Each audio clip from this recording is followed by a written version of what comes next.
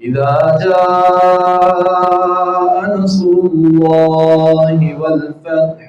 ورأيت الناس يدخلون في دين الله أفواجا فسبح بحمد ربك واستغفر إنه كان توابا.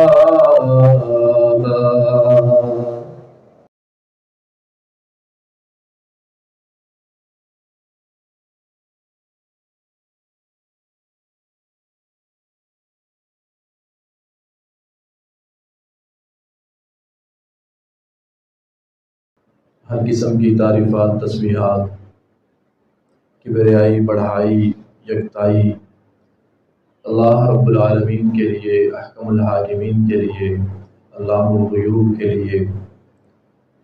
درود و سلام پیارے پیغمبر، ساقی کوثر، شافی محشر، سید الاولین والآخرین، امام الانبیاء حضرت محمد الرسول اللہ صلی اللہ علیہ وآلہ وسلم کی ذات اقدس پر، کہ جن کو اللہ رب العزت نے ہمارے لیے ہادی رہبر اور رہنما بنا کر بھیجا ہے. اللہ کے رسول علیہ السلام آپ نے اپنی حیات طیبہ کے اندر ایک ہی حج کیا ہے، اور وہ جو حج تھا سن 10 ہجری کے اندر تھا، اور اس حج کو امت جو ہے وہ حجۃ الوداع کے نام سے یاد کرتی ہے، یعنی ایک ہی حج اور وہ بھی الوداعی حج. یہ جو الوداعی حج تھا، اس سے پہلے رسول اللہ صلی اللہ علیہ وآلہ وسلم نے کچھ لوگوں کو اشارتاً بھی اور بعض کو واضح طور پر بھی بتا دیا تھا، جیسا کہ آپ نے فرمایا کہ کأنی دعیت فقد اجبت، کہ میرے پاس جو ہے وہ اللہ کی طرف سے بلاوا جو ہے وہ آ چکا ہے، اور میں نے اللہ کی پکار پر لبیک کہہ دیا ہے. اس کی کئی ایک مثالیں ہیں. حضرت معاذ رضی اللہ تعالی عنہ کو جب نبی علیہ السلام یمن کی طرف روانہ کرنے لگے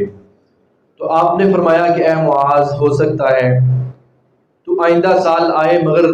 تیری مجھ سے ملاقات نہ ہو سکے. پھر ایک عورت نبی علیہ السلام کے پاس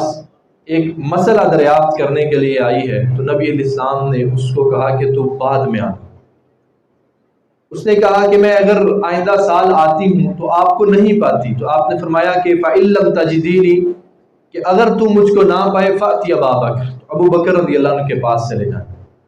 تو یہ بھی اس بات کی دلیل تھی کہ آپ اس دنیا کے اندر چند دن کے مہمان تھے. اس کے بعد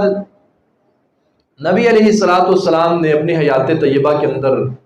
اب رمضان المبارک کے مہینے میں اعتکاف کیا کرتے، آخری 10 دن. اور جس سال آپ کا وصال مبارک ہوا ہے اس سال نبی علیہ السلام نے 20 دن کا اعتکاف کیا ہے. اور پھر یہ بات حضرت فاطمہ رضی اللہ عنہا سے آپ نے فرمائی اس طرح کہ ہر رمضان کے اندر جبرائیل علیہ السلام میرے پاس آتے تھے اور قرآن مجید کا دور کرتے تھے. آپ نے فرمایا اس دفعہ جبرائیل نے قرآن مجید کا دور رمضان میں 2 مرتبہ کیا ہے. تو اس موقع پہ بھی یہی الفاظ ارشاد فرمائے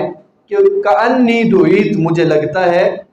کہ وقت جو ہے اس دنیا کے اندر وہ بہت تھوڑا رہ چکا ہے. اور پھر حج کے میدان کے اندر نبی علیہ السلام جب کنکریاں اپنی سواری پر تشریف فرما تھے اور کنکریاں مار رہے تھے تو آپ نے فرمایا کہ اپنے حج کے جو طریقہ کار ہیں، جو مناسک ہیں، وہ مجھ سے سیکھ لو، شاید کہ آج کے بعد تم میرے ساتھ حج نہ دوبارہ کر سکو. اللہ کے رسول علیہ السلام اپنا حج مکمل کرتے ہیں، وہاں سے روانہ ہوتے ہیں. 18 ذوالحجہ کو نبی علیہ السلام ایک مقام پر پہنچتے ہیں جس کو غدیر خم کہا جاتا ہے، یعنی جس جگہ کا نام غدیر خم ہے، وہاں پر جا کے علیہ الصلوۃ والسلام نے صحابہ کرام کو وہاں پر ایک خطبہ دیا۔ اس خطبے کو کئی ایک صحابہ نے نقل کیا ہے۔ حضرت زید بن ارقم رضی اللہ تعالی عنہ غدیر خم والا خطبہ جو ہے وہ بیان کرتے ہیں۔ کہتے ہیں کہ آپ علیہ السلام نے پہلے اللہ رب العالمین کی حمد و ثنا بیان فرمائی، اس کے بعد آپ نے ہمیں واعظ و نصیحت فرمائی ہے، اس کے بعد کہتے ہیں نبی علیہ السلام نے فرمایا کہ الا ایھا الناس انما انا بشر۔ نبی علیہ السلام فرماتے ہیں الا خبردار، ایھا الناس اے لوگو، یعنی یہ جملے تب بولے جاتے ہیں جب نہایت ہی قیمتی بات کرنی ہوتی ہے انسان۔ آپ نے پہلے لوگوں کو متنبہ کیا ہے، خبردار کیا ہے، اور اس کے بعد فرمایا کہ انما انا بشر، کہ میں جو ہے، آپ خود فرماتے ہیں، یہ جو خطبہ ہے یہ صحیح بخاری کی، امام بخاری رحمۃ اللہ اپنی صحیح بخاری کے اندر یہ سارے کا سارا واقعہ لے کر آئے کہ نبی علیہ السلام نے فرمایا کہ لوگوں میں ایک بشر ہوں، یوشک ان یاتی رسول ربی فاجبت، قریب ہے کہ میرے پاس میرے رب کی طرف سے پیغام آئے اور میں اللہ کے پیغام کو قبول کر لوں۔ تو آپ نے پھر اس کے بعد کیا بات ارشاد فرمائی کہ میں تمہارے اندر دو جو ہے وہ بہت باری چیزیں چھوڑ کر جا رہا ہوں، یعنی نبی علیہ السلام فرماتے ہیں کہ میری امت کے لوگوں تمہارے اندر دو چیزیں بہت ہی زیادہ بھاری ہیں، وہ جو میں چھوڑ کر جا رہا ہوں۔ اولہما کتاب اللہ، ان میں سے جو پہلی چیز ہے وہ اللہ کی کتاب ہے۔ فاستمسکوا بہا، آپ نے فرمایا اللہ کی کتاب کو مضبوطی کے ساتھ پکڑ لینا، یہ بہت باری چیز ہے جو میں اپنی امت کے اندر چھوڑ کر جا رہا ہوں، بہت باری چیز اللہ کی کتاب جو میں اپنی امت کے اندر چھوڑ کر جا رہا ہوں۔ تو اس کے بعد آپ فرماتے ہیں فیہا ھدی و نور، یہ جو اللہ کی کتاب ہے اس کے اندر ہدایت بھی ہے، اس کے اندر نور بھی ہے، اس کے اندر روشنی بھی ہے۔ جو اس کو قبول کرتا ہے اللہ تعالیٰ اس کے لیے ہدایت کے راستے آسان کر دیتے ہیں، اللہ تعالیٰ اس کے راستوں کو نور سے منور کر دیتے ہیں، اس کے دل کو نور سے منور کر دیتے ہیں۔ اور وسنت رسولہ وسنت نبیہ، ایک اللہ کی کتاب ہے اور ایک رسول اللہ صلی اللہ علیہ وسلم کا طریقہ مبارک ہے، جیسے جیسے آپ نے کیا یہ اس امت کے اوپر آپ نے فرمایا بہت بھاری چیز ہے جو میں چھوڑ کر جا رہا ہوں، کہ میرے طریقے کو یہ اختیار کرے، میری سنت کو، میرے طریقے کو یہ اختیار کریں، یہ اس کو اپنائیں، یہ بہت باری چیز ہے، اور اللہ کی کتاب بھی بہت باری چیز ہے جو میں ان کے اندر چھوڑ کر جا رہا ہوں۔ تو اس کے بعد نبی علیہ السلام نے فرمایا اذکرکم اللہ فی اہل بیتی واہل بیتی، اذکرکم اللہ فی اہل بیتی، اذکرکم اللہ فی اہل بیتی، اذکرکم اللہ فی اہل بیتی۔ آپ نے 3 مرتبہ ارشاد فرمایا کہ لوگوں میں تم کو اپنے اہل بیت کے بارے میں اللہ کا واسطہ دیتا ہوں کہ ان کا خیال کرنا، میں تم کو اپنے اہل بیت کے بارے میں اللہ کا واسطہ دیتا ہوں کہ ان کا خیال کرنا۔ پھر فرمایا اذکرکم اللہ فی اہل بیتی، میں تم کو اپنے اہل بیت کے بارے میں اللہ کا واسطہ دے کر جا رہا ہوں کہ ان کا خیال کرنا۔ اور اس کے بعد نبی علیہ الصلوۃ والسلام نے البدایہ و نہایہ کے اندر ایک حدیث آتی ہے جس کو امام ذہبی رحمہ اللہ نے صحیح قرار دیا، امام بخاری رحمہ اللہ نے اس حدیث پر جرح کی ہے، یعنی اس کے اندر کہا ہے کہ کمزوری ہے، امام ابن تیمیہ رحمہ اللہ نے بھی۔ وہ جو حدیث ہے کہ اس کے بعد نبی علیہ السلام نے حضرت علی رضی اللہ تعالیٰ عنہ کا ہاتھ پکڑا اور آپ نے فرمایا کہ من کنت مولا فعلی مولا، یہ روایت بڑی مشہور روایت ہے، فرمایا جس کا میں دوست ہوں اس کا علی دوست ہے۔ اب یہ جو واقعہ تھا کہ اس موقع کے اوپر نبی علیہ الصلوۃ والسلام نے علی رضی اللہ تعالیٰ عنہ کی یہ جو شان اور فضیلت بیان کی ہے، اس کے پیچھے محرکات کیا تھے، اصل وجہ کیا تھی؟ یہاں سے عام طور پر مسلمانوں کے اندر ایک گروہ ہے کہ جو اس بات کو باور کروانا چاہتے ہیں کہ یہ جو نبی علیہ السلام کے الفاظ تھے نا من کنت مولا فعلی مولا، یہ در حقیقت نبی علیہ السلام نے علی رضی اللہ تعالیٰ عنہ کے بارے میں یہ فرمایا تھا کہ میرے بعد خلافت کے حقدار تم، یعنی میرے بعد خلافت تم کو مل رہی ہے، جبکہ اس کے پیچھے جو ہے وہ محرکات کیا ہے، اس واقعے کا جو پس منظر ہے وہ کیا ہے کہ جب نبی علیہ السلام اس وقت حج کے لیے روانہ نہیں ہوئے تھے، آپ علیہ السلام نے مدینہ سے 300 گھوڑ سواروں کا جو ہے نا وہ قافلہ تیار کیا اور علی رضی اللہ تعالی عنہ کی زیر نگرانی اس قافلے کو روانہ کیا قبیلہ مزہج کی طرف، قبیلہ مزہج کی طرف 300 گھوڑ سوار یہ قافلہ ہے، اور ان پر امیر مقرر کیا حضرت علی رضی اللہ تعالیٰ عنہ۔ علی رضی اللہ عنہ یہ قافلہ لے کر جاتے ہیں، قبیلہ مزہج کی طرف چڑھائی کرتے ہیں۔ تو شروع کے اندر اس قبیلے نے ان کا مقابلہ کیا، تو بعد میں وہ شکست کھا چکے تھے۔ ان کے جو رؤساء تھے، قبیلے کے جو سردار تھے، سب نے اسلام قبول کر لیا۔ انہوں نے اپنا صدقہ وغیرہ جو ہے وہ سارے کا سارا علی رضی اللہ عنہ کی خدمت میں پیش کر دیا۔ اب علی رضی اللہ تعالی عنہ نے اس سارے مال میں سے پہلے خمس نکالا، یعنی مال غنیمت کا پہلے خمس نکالا جو اللہ اور اس کے رسول کے لیے ہے، وہ نکالنے کے بعد باقی کا مال مسلمانوں میں تقسیم کر دیا۔ پھر علی رضی اللہ عنہ کو اس بات کا علم تھا کہ رسول اللہ صلی اللہ علیہ وسلم حج کے لیے روانہ ہو چکے ہیں، تو علی رضی اللہ عنہ جب فتح کے مقام پر پہنچے تو اپنی جگہ امیر مقرر کیا ابو رافع رضی اللہ تعالیٰ عنہ۔ ان کو کہتے ہیں کہ آپ میرے نائب ہیں، آپ میری جگہ امیر ہیں، آپ لشکر کا خیال رکھیں۔ یہ 300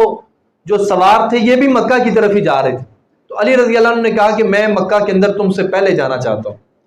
علی رضی اللہ تعالیٰ عنہ مکہ کی طرف روانہ ہوئے، ادھر سے رسول اللہ صلی اللہ علیہ وسلم کا قافلہ ابھی پہنچا نہیں۔ علی رضی اللہ عنہ کا قافلہ جو پیچھے سے آ رہا تھا، سدرہ ایک جگہ کا نام ہے، اس مقام کے اوپر علی رضی اللہ تعالیٰ عنہ کی ملاقات اپنے قافلے کے لوگوں سے ہوتی ہے۔ علی رضی اللہ عنہ نے ایک عجیب و غریب چیز دیکھی کہ جو مال غنیمت سب کو تقسیم کر دیا، جو 5واں حصہ جو اللہ اور اس کے رسول علیہ السلام کا تھا وہ حوالے کر دیا ابو رافع رضی اللہ عنہ کے، اور کہا اس میں سے کوئی کچھ نہیں لے۔ اب وہ جو مال تھا اس کے اندر یمن کے جو ہے نا وہ یمن کی چادریں تھیں، یمن کی، اس علاقے کے اندر یمن کا کپڑا بہت زیادہ معروف ہوا کرتا تھا، مشہور ہوا کرتا تھا۔ تو یمن کی یہ جو چادریں تھیں، علی رضی اللہ تعالیٰ عنہ سے جب یہ اپنے قافلے کے اندر تھے، لوگوں نے کہا کہ یہ آپ ہمیں چادریں دے دیں، انہوں نے منع کر دیا، میں کسی کو نہیں دوں گا۔ اپنی جگہ امیر مقرر کیا ابو رافع رضی اللہ عنہ کو، اور خود مکہ کی طرف چلے گئے۔ مکہ جانے سے پہلے سدرہ مقام کے اوپر اپنے قافلے کے ساتھ پھر ملاقات ہو جاتی ہے، تو دیکھا کہ قافلے کے لوگوں نے وہی چادریں پہنی ہوئی ہیں کہ جو ان کو دینے سے علی رضی اللہ عنہ نے انکار کر دیا۔ تو ابو رافع کو کہنے لگے کہ میں نے تمہاری ذمہ داری لگائی تھی کہ یہ چادریں تم نے ان کو نہیں دینی، تم نے یہ چادریں ان کو کیوں دی ہیں؟ انہوں نے کہا انہوں نے میرے اوپر اصرار کیا تھا، انہوں نے مجھے کہا کہ کیا ہوتا ہے اگر آپ ہمارے کپڑے جو ہے نا وہ جنگ کرنے کی وجہ سے گرد آلود ہیں، پھٹے ہوئے کپڑے ہیں، تو یہ نئی چادریں ہیں اور حج کے لیے جا رہے ہیں، آپ یہ 2 چادریں ہمیں عنایت کر دیں۔ کہتے ہیں میں نے سب کو 2 چادریں دے دی۔ علی رضی اللہ تعالیٰ عنہ نے سب سے وہ چادریں واپس لی اور اس کو پھر سے جمع کر دیا، کہا جب تک اللہ کے نبی علیہ السلام سے ملاقات نہیں ہوگی کسی کو کچھ نہیں دیا جائے گا۔ اب یہ ایک واقعہ ہوا تھا، اس واقعے کے بعد یہ جو 300 صحابہ کرام تھے، ان میں سے کچھ ایسے تھے کہ جنہوں نے علی رضی اللہ عنہ سے بغض رکھنا شروع کر دیا۔ البدایہ والنہایہ کی حدیث ہے، جن میں سے ابو بریدہ اسلمی رضی اللہ تعالیٰ عنہ ہے، وہ کہتے ہیں کہ مجھے سب سے زیادہ بغض اس واقعے کے بعد علی رضی اللہ عنہ کے ساتھ ہوئے کہ انہوں نے ایسے کیوں کیا۔ ان کے بقول وہ کہتے ہیں کہ انہوں نے ہمارے اوپر زیادتی کی ہے اور بخل سے کام لیا ہے، یہ چادریں جو ہے وہ ہم سے دوبارہ کیوں چھینی ہیں۔ اب نبی علیہ الصلوۃ والسلام کو جب اس واقعے کا علم ہوتا ہے تو نبی علیہ الصلوۃ والسلام نے ابو بریدہ رضی اللہ عنہ کو بلایا اور آپ نے فرمایا کیا تمہارے دل کے اندر علی رضی اللہ تعالیٰ عنہ کے بارے میں غصہ ہے؟ کہ تمہارے دل کے اندر علی کے بارے میں بغض ہے، غصہ ہے؟ ابو بریدہ کہتے ہیں جی اللہ کے رسول ہے۔ آپ نے فرمایا فاحب علی، علی سے محبت کیا کرو، علی سے بغض نہ رکھا کرو، علی کے بارے میں تمہارے دل کے اندر غصہ نہیں ہونا چاہیے۔ اور سیرت ابن ہشام کے اندر ہے، نبی علیہ السلام نے ان لوگوں کے بارے میں فرمایا تھا لا تشکو علی، علی کے بارے میں کوئی شکوہ شکایت نہیں کرے، علی کے بارے میں کوئی اس طرح کی بات نہیں کرے۔ یہ 300 صحابہ کرام تھے جن سے چادریں واپس لی گئی اور ان کے دل کے اندر کوئی خلش پیدا ہوئی تھی، تو غدیر خم کے مقام پر جاتے ہوئے رسول اللہ صلی اللہ علیہ وسلم نے خطبہ ارشاد فرمایا اور ان صحابہ کرام کو فرمایا کہ من کنت مولا فعلی مولا، کہ جس کا میں دوست ہوں اس کا علی بھی دوست ہے۔ لا تشکو علی، علی کے بارے میں کوئی شکوہ شکایت نہیں کرے۔ فاحب علی، اور علی سے جو ہے نا وہ محبت کی جائے۔ یہ نبی علیہ الصلوۃ والسلام نے اس وجہ سے فرمایا تاکہ اگر کسی کے دل کے اندر علی کے بارے میں کوئی بات ہے تو وہ دور ہو جائے، وہ ختم ہو جائے۔ اس کا مقصد صرف اور صرف یہی تھا، بلکہ بعض لوگوں نے نبی علیہ السلام کی اس حدیث سے، ایک گروہ تو ہے ہی ہے جن کو رافضی بھی کہا جاتا ہے، مسلمانوں کا جو دوسرا طبقہ ہے جو اپنے آپ کو اہل سنت والجماعت کہتے ہیں، وہ بھی اس فتنے کا شکار ہو جاتے ہیں کہ نبی علیہ السلام نے یہ جو بات ارشاد فرمائی تھی کہ من کنت مولا فعلی مولا، اس سے مراد دوستی نہیں ہے، اس سے مراد نبی علیہ السلام نے علی رضی اللہ عنہ کو خلافت دی ہے، اس سے مراد یہ ہے۔ جبکہ امام ابن کثیر رحمہ اللہ نے اپنی معتبر ترین کتاب البدایہ والنہایہ کے اندر لکھا ہے، امام ابن کثیر فرماتے ہیں یہ جو نبی علیہ السلام نے فرمایا تھا نا کہ من کنت مولا فعلی مولا، اس سے مراد علی رضی اللہ عنہ کو نبی علیہ السلام نے خلافت نہیں دی، اس سے مراد یہ تھا کہ لوگوں کے دلوں کے اندر اس واقعے کی وجہ سے جو کوئی رنجش ہے وہ ختم ہو جائے اور ان کا دل جو ہے وہ صاف ہو جائے اور علی رضی اللہ عنہ سے محبت کرنے لگے۔ اور یہی بات تھی جب بریدہ سے سوال کیا نا نبی علیہ السلام نے، تو بریدہ رضی اللہ تعالیٰ عنہ کہتے ہیں، قسم اٹھا کر کہتے ہیں اللہ کی قسم، جب نبی علیہ السلام نے مجھے کہا تھا فاحب علی، علی سے محبت کرو، تو دنیا کے اندر سب سے زیادہ اگر مجھے کسی سے محبت ہے تو وہ علی رضی اللہ عنہ، دنیا کے اندر سب سے زیادہ مجھے علی رضی اللہ عنہ سے محبت ہے۔ اب ایک گروہ جو مسلمانوں کے اندر ہے، انہوں نے کہا جی یہ جو 18 ذو الحجہ کا دن تھا، غدیر خم کے مقام کے اوپر نبی علیہ الصلوۃ والسلام نے علی رضی اللہ عنہ کا ہاتھ پکڑ کر من کنت مولا فعلی مولا یہ الفاظ ارشاد فرما کر کے علی رضی اللہ تعالیٰ عنہ کو خلافت دے دی تھی۔ اور یہ جو دن ہے 18 ذو الحجہ کا، وہ لوگ اس کو بطور عید مناتے ہیں اور کہتے ہیں یہ جو قرآن مجید کی آیت ہے نا الیوم اکملت لکم دینکم واتممت علیکم نعمتی، یہ آیت بھی اسی دن کے اندر نازل ہوئی تھی۔ اور یا ایھا الرسول بلغ ما انزل الیک من ربک، یا ایھا الرسول بلغ ما انزل الیک من ربک، یہ جو قرآن مجید کی آیت ہے یہ بھی اسی دن نازل ہوئی ہے۔ جبکہ اس کی حقیقت کیا ہے؟ عمر رضی اللہ تعالی عنہ ایک عیسائی کے ساتھ بات کر رہے تھے، تو بات کرتے کرتے واقعہ لمبا ہے، عمر رضی اللہ عنہ نے یہی بات کہی تھی کہ یہ جو قرآن مجید کی آیت ہے نا الیوم اکملت لکم دینکم، یہ میدان عرفات کے اندر نازل ہوئی ہے، یہ غدیر خم کے مقام پر نہیں ہے، تو 9 ذی الحجہ کو نازل ہوئی ہے، عصر کی نماز کے بعد کا وقت تھا، اللہ کے نبی علیہ السلام اپنی سواری کے اوپر تشریف فرما تھے، کہتے ہیں میں نے اپنی آنکھوں سے دیکھا جب نبی علیہ السلام نے اس کی تلاوت کی ہے،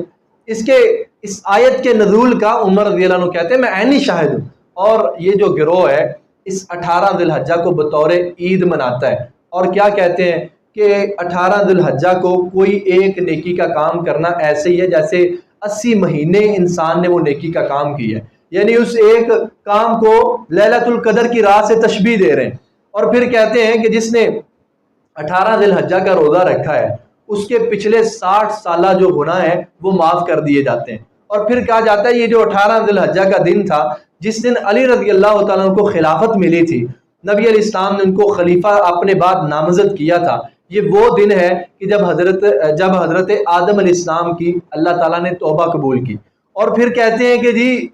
حضرت عیسیٰ علیہ السلام کو جب سولی پہ چڑھایا گیا اور اللہ تعالیٰ نے ان کو اپنی طرف اٹھا لیا، وہ بھی 18 ذی الحجہ کا دن تھا۔ اور حضرت موسیٰ علیہ السلام کو جب فرعون سے نجات ملی، وہ بھی 18 ذی الحجہ کا دن تھا۔ مسلمانوں کا دوسرا گروہ جو دوسری طرف ہے یہ کہتے ہیں کہ جس دن حضرت آدم علیہ السلام کی توبہ قبول کی گئی وہ 10 تاریخ تھی اور 11ویں تاریخ تھی، یعنی وہ ہر بات کے اوپر حضرت موسیٰ علیہ السلام کی، حضرت ابراہیم علیہ السلام کی جب ان کو آگ سے نجات ملی، موسیٰ علیہ السلام کو نجات ملی، عیسیٰ علیہ السلام کو اوپر اٹھایا گیا، وہ دوسرا طبقہ کہتے ہیں وہ 10 اور 11 تاریخ تھی، لہٰذا جس سے 11ویں ثابت ہوتی ہے۔ اور یہ مسلمانوں کا جو گروہ ہے یہ کہتا ہے کہ یہ وہ دن تھا جب حضرت علی رضی اللہ عنہ کو خلافت ملی تھی۔ اب یہاں پر صرف چند ایک باتیں عزیز بھائیوں جو سمجھنے والی ہیں، غور و فکر کرنے والی ہیں کہ نبی علیہ الصلوۃ والسلام نے جو فرمایا تھا نا من کنت مولا، کہ جس کا میں دوست ہوں فعلی مولا، علی بھی اس کا دوست ہے، اس سے مراد صرف دوستی تھی، اس سے مراد خلافت نہیں تھی۔ نبی علیہ السلام نے یہ نہیں فرمایا تھا کہ میں اپنے بعد علی کو خلیفہ مقرر کر کے جا رہا ہوں۔ اس کی دلیل کیا؟ صحیح بخاری کے اندر امام بخاری رحمہ اللہ واقعہ لے کر آئے ہیں کہ نبی علیہ الصلوۃ والسلام اس سانحے کے چند دن بعد آپ اپنے گھر میں تھے، رسول اللہ صلی اللہ علیہ وسلم پہ مرض الموت یعنی موت کی جو غشی ہے وہ نبی علیہ الصلوۃ والسلام پہ طاری ہو چکی ہے۔ رسول اللہ صلی اللہ علیہ وسلم اس کی وجہ سے کبھی آپ پر ایسی غشی آتی ہے کہ آپ کو ہوش نہیں رہتی ہے۔ رسول اللہ صلی اللہ علیہ وسلم کے پاس بیٹھے تھے حضرت علی رضی اللہ عنہ، یہ اٹھ کر باہر جاتے ہیں، باہر عباس رضی اللہ تعالیٰ عنہ ملے۔ لوگوں نے بھی پوچھا کہ اب نبی علیہ السلام کی کیفیت کیا ہے، اب آپ کی حالت کیا ہے، اب آپ کیسے ہیں؟ تو علی رضی اللہ عنہ کہنے لگے کہ نبی علیہ السلام کو کچھ افاقہ ہے۔ عباس رضی اللہ تعالیٰ عنہ نے اس وقت یہ بات کہی علی رضی اللہ عنہ کو، یہ صحیح بخاری میں ہے، انہوں نے کہا آؤ ہم نبی علیہ السلام کے پاس چلتے ہیں اور آپ کو جا کر ریکویسٹ کرتے ہیں کہ آپ اپنے بعد کسی کو خلیفہ مقرر کریں۔ آپ کیونکہ عباس رضی اللہ عنہ ایک اور بات کہی، انہوں نے کہا کہ میں عبد المطلب کی جو اولاد ہے ان کے چہروں کو میں جانتا ہوں، یعنی جب ان کی موت کا وقت قریب آ رہا ہوتا ہے تو میں نے کئی ایک ایسے چہرے دیکھے، مجھے پتہ چل جاتا ہے کہ اب یہ دنیا میں نہیں رہیں گے، اور مجھے نبی علیہ السلام کے بارے میں یقین ہو رہا ہے کہ آپ کے وصال کا وقت قریب آ چکا ہے۔ آؤ نبی علیہ السلام کے پاس جاتے ہیں، آپ کو جا کر کہتے ہیں کہ یا رسول اللہ اپنے بعد کسی کو خلیفہ مقرر کر دیں۔ علی رضی اللہ تعالیٰ عنہ نے کہا اللہ کی قسم میں نبی علیہ السلام کے پاس اس لیے نہیں جاؤں گا، آپ کو جا کر نہیں کہوں گا کہ آپ اپنے بعد کسی کو خلیفہ مقرر کر دیں۔ یہاں پر سوچنے کی بات تو یہ ہے، چند دن پہلے غدیر خم کا واقعہ پیش آیا، اگر علی رضی اللہ عنہ کو خلافت مل چکی ہوتی تو عباس رضی اللہ عنہ وہاں پر موجود تھے، وہ آ کر کیوں کہتے کہ آؤ نبی علیہ السلام کے پاس چلیں اور جا کر خلافت کا مطالبہ کرتے ہیں، خلافت کی بات کرتے ہیں۔ اور دوسری بات یہ ہے کہ علی رضی اللہ تعالی عنہ نے ان کو یاد کیوں نہیں دلایا کہ تمہیں پتہ نہیں میری تو خلافت کا اعلان غدیر خم کے مقام پر ہو چکا ہے۔ اور اس کی دوسری دلیل یہ ہے کہ رسول اللہ صلی اللہ علیہ وسلم کے دنیا سے رخصت ہو جانے کے بعد صحابہ کرام آپس میں مشورہ کر رہے تھے کہ آپ کے بعد خلیفہ کس کو بنایا جائے۔ اگر نبی علیہ السلام نے حضرت علی رضی اللہ عنہ کو خلیفہ بنا دیا تھا تو صحابہ کرام آپس میں مشورہ کیوں کر رہے تھے؟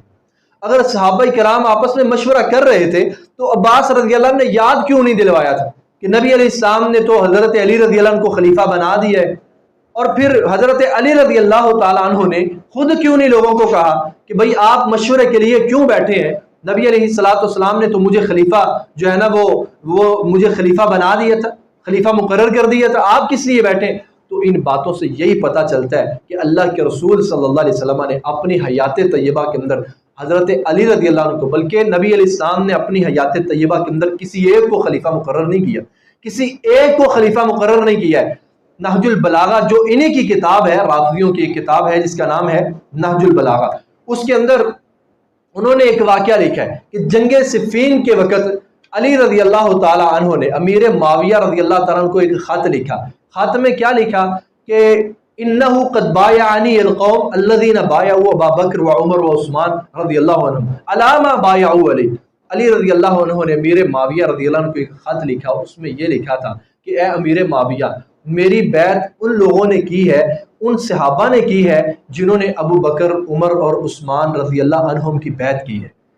اور کہا علی ما بایعوہم علی، جن شرائط کے اوپر انہوں نے ان کی بیعت کی تھی انہی شرائط کے اوپر انہوں نے میری بیعت کی ہے۔ اگر نبی علیہ السلام نے حضرت علی رضی اللہ عنہ کو اس غدیر خم کے مقام پر خلیفہ بنایا تھا تو غدیر خم کے مقام پر خلیفہ بننے کے بعد علی رضی اللہ تعالی عنہ 25 سال تک خود کیوں بیعت کر کے صحابہ کرام کے وزیر رہے تھے؟ حضرت ابو بکر رضی اللہ عنہ کے، عمر رضی اللہ عنہ کے، حضرت عثمان رضی اللہ عنہ کے، اگر خلیفہ جو مقرر کر دیا تھا۔ اور اس میں ایک اور بات یہ ہے کہ علی رضی اللہ عنہ فجر کی نماز کے اندر یہ نکلے کوفے کی جامع مسجد کی طرف، کوفہ میں تھے، فجر کی نماز کے لیے نکلے۔ عبد الرحمن ابن الملجم جو ہے وہ علی رضی اللہ عنہ کا قاتل ہے، ان کو شہید کرنے والا عبد الرحمن ابن الملجم ہے۔ اس نے خنجر مارا، علی رضی اللہ تعالیٰ عنہ کا خون بہہ پڑا۔ لوگوں نے سوال کیا، یہ واقعہ بہت لمبا ہے، مختصر یہ ہے کہ لوگوں نے سوال کیا کہ اے امیر المومنین، آپ اپنی جگہ پر کسی کو خلیفہ مقرر کر دیں۔ تو علی رضی اللہ عنہ نے ایک بات کہی تھی، کہا کہ اترککم کما ترکنا رسول اللہ صلی اللہ علیہ وسلم۔ کہتے ہیں لوگ کہہ رہے ہیں کہ اے علی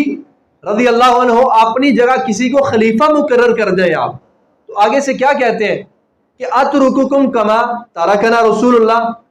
کہ میں تم کو اس طرح چھوڑ کر جا رہا ہوں جس طرح رسول اللہ صلی اللہ علیہ وسلم ہمیں چھوڑ کر گئے اس دنیا سے۔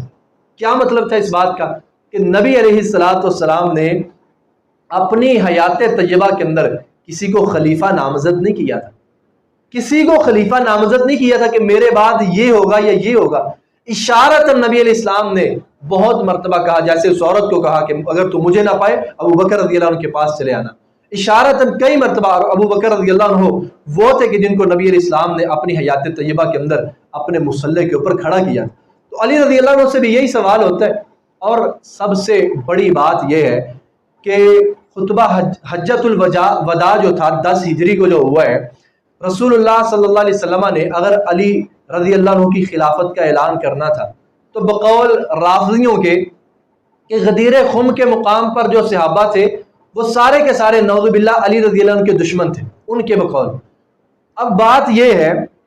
کہ اگر غدیر خم کے مقام پر ان کے بقول نبی علیہ السلام نے علی رضی اللہ عنہ کو خلیفہ مقرر کیا ہے، تو غدیر خم کی مقام پر خلیفہ مقرر کرنے کی بجائے نبی علیہ السلام نے حجۃ الوداع کے موقع پر خلیفہ مقرر کیوں نہیں کیا، جبکہ غدیر خم تک آتے ہوئے کئی ایک صحابہ کے راستے جدا ہو چکے تھے؟ جبکہ حدیث میں آتا ہے جب نبی علیہ السلام نے فرمایا تھا نا، صحابہ کرام سے پوچھا تھا کہ جو اللہ نے میرے اوپر نازل کیا ہے میں نے من وعن آپ تک پہنچایا یا نہیں پہنچایا؟ تو لوگوں نے کہا بلا قد ادیتا، کیوں نہیں اللہ کے نبی آپ نے ہر چیز کو من وعن ہمارے تک پہنچا دیا ہے۔ تو اس موقع پر نبی علیہ السلام نے فرمایا، اپنی انگلی مبارک آسمان کی طرف اٹھائی اور فرمایا اللہم اشہد، اے اللہ تو گواہ ہو جا، اے اللہ تو 3 مرتبہ فرمایا اللہ تو گواہ ہو جا، جو تیرا پیغام مجھ تک آیا تھا میں نے اس امت تک پہنچا دیا، سارے کا سارا پہنچا دیا ہے۔ اس کے بعد آپ نے فرمایا فَلْيُبَلِّغِ الشَّاهِدُ الْغَائِبَ، اب یہ جو دین تم تک آیا ہے نا، جو یہاں پر موجود ہیں وہ ان لوگوں تک اس دین کو پھیلائیں جو یہاں پر موجود نہیں ہے۔ تو صحابہ کرام کے بارے میں آتا ہے کہ صحابہ کرام نبی علیہ السلام کے اس اعلان کے بعد وہاں سے اپنے گھروں کی طرف نہیں لوٹے تھے، وہاں سے اپنے یعنی حج کر کے اپنے گھروں کی طرف نہیں لوٹے تھے۔ یہ صحابہ کرام کا ایک بہت بڑا جم غفیر تھا۔ اگر علی رضی اللہ عنہ کی خلافت کا نبی علیہ السلام نے اعلان کرنا تھا تو بہترین موقع جہاں پر سارے کے سارے صحابہ موجود تھے وہ حجۃ الوداع تھا۔ تو میرے عزیز بھائیوں، یہ ایک بہت بڑا شبہ جو ہے مسلمانوں کے اندر ڈالا جاتا ہے۔ در حقیقت واللہ یہی افتراق ہے۔ افتراق تو بھائیوں کے درمیان جدائی ڈالنا جو ہے نا وہ اچھا عمل نہیں ہے، لوگوں کے درمیان ڈالنا اچھا عمل نہیں ہے۔ جنہوں نے صحابہ کرام کے بارے میں افتراق ڈال دیا اور نبی علیہ السلام نے اسی افتراق کے بارے میں، یہ جو لوگ اختلاف پیدا کرتے ہیں، انتشار پھیلاتے ہیں، نفرتیں پھیلاتے ہیں، نبی علیہ السلام نے کیا فرمایا تھا کہ بنی اسرائیل جو تھے وہ 72 فرقوں میں بٹے تھے۔ آپ نے فرمایا میری امت جو ہے یہ 73 فرقوں میں بٹے گی، 70 امتی، میری امت جو ہے یہ 73 فرقوں میں بٹ جائے گی۔ اور اس کا انجام کیا ہوگا؟ یعنی جب لوگ فرقوں میں بٹ جائیں گے تو انجام کیا ہوگا؟ آپ نے فرمایا کلہم فی النار الا ملۃ واحدہ، سارے کے سارے جہنم کے راستے پر چل پڑیں گے، الا ملۃ واحدہ، سوائے ایک گروہ کے۔ صحابہ نے پوچھا یا رسول اللہ وہ کون سا گروہ ہے؟ آپ نے فرمایا ما انا علی و اصحابی اليوم، آج کے دن جس دین کے اوپر میں اور میرے صحابہ ہیں، جو لوگ اس کو اختیار کریں گے وہی بچیں گے، اور جو لوگ دائیں بائیں افتراق کا یعنی انتشار کا شکار ہو جائیں گے وہ لوگ اپنے راستے سے ہٹ جائیں گے، وہ میرے راستے سے ہٹ جائیں گے، وہ اللہ کے بتلائے ہوئے راستے سے ہٹ جائیں گے۔ تو میرے عزیز بھائیوں، یہ ایک بات جس کو سمجھنا انتہائی ضروری تھا کہ رسول اللہ صلی اللہ علیہ وسلم نے کیا غدیر خم کے مقام پر علی رضی اللہ تعالیٰ عنہ کو خلافت دی تھی یا نہیں دی تھی۔ اللہ تعالیٰ سے دعا ہے اللہ تعالیٰ سمجھنے کی اور عمل کرنے کی توفیق عطا فرمائے۔ وآخر دعوانا الحمد للہ رب العالمین۔